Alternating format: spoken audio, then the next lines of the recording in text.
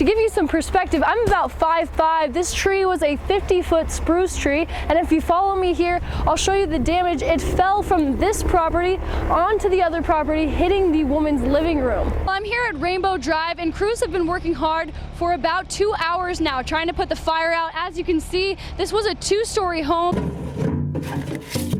When checking your mail, you may have opened a letter that looks a lot like this one, and that's a membership application for an air ambulance company. But is it the right choice? Despite the setback, legislators did pass over 90 infrastructure bills funding projects all over the state. The biggest thing for the brewers when making this porter was to keep it as traditional as possible. So they used this grain, which gives it that classic sweetness and color.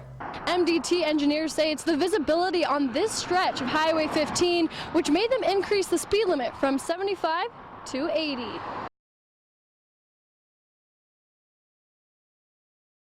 I figured, take a day or two, they'll figure out, it wasn't me, and I could go back and do what I was doing. It never happened. As the gate to the Montana State Prison closed, Richard Roggist walked in and left his freedom behind. They came back guilty, and it was a shock. Yeah.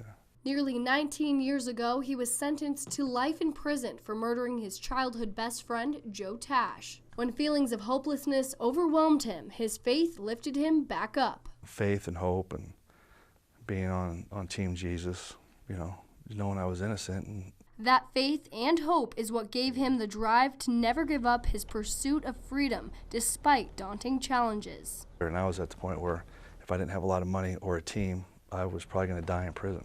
Until he learned about the Montana Innocence Project in 2009. Roggist wrote to the organization insisting that he is innocent, but they receive about 2 to 3 letters a week from prisoners all over Montana. The executive director says the nonprofit spends countless hours asking the hard questions to investigate whether an inmate is innocent or not. What is the scoop? Was something missed here?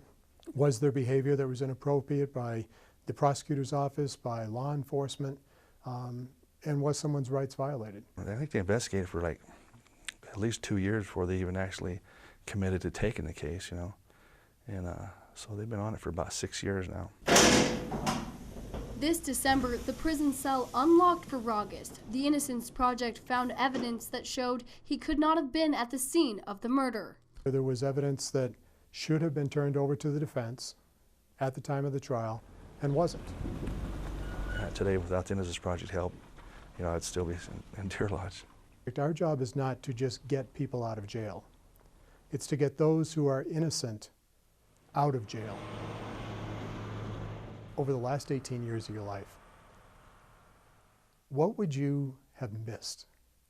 What opportunities would you have lost out on if you didn't have those? I used my first cell phone last month, my first computer last month. So I'm 20 years behind the times.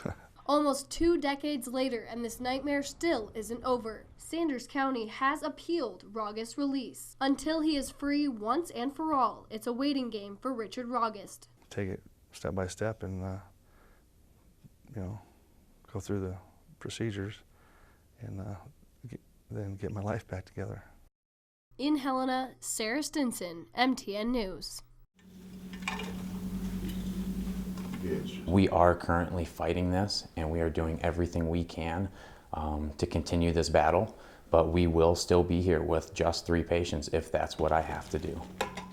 Joe Fabrizio has been open for over a year and has 200 medical marijuana patients. People suffering from the worst things in our society. People terrified that the medicine they use could soon be impossible to get. Where are we going to get it? And legally.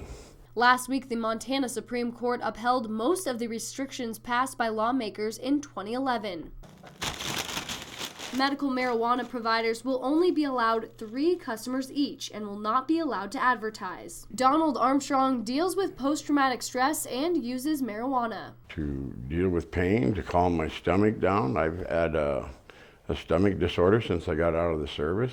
Armstrong is scared that he will have to go back to using prescription drugs for pain relief. The pain pills affect you, your psyche, your body, everything.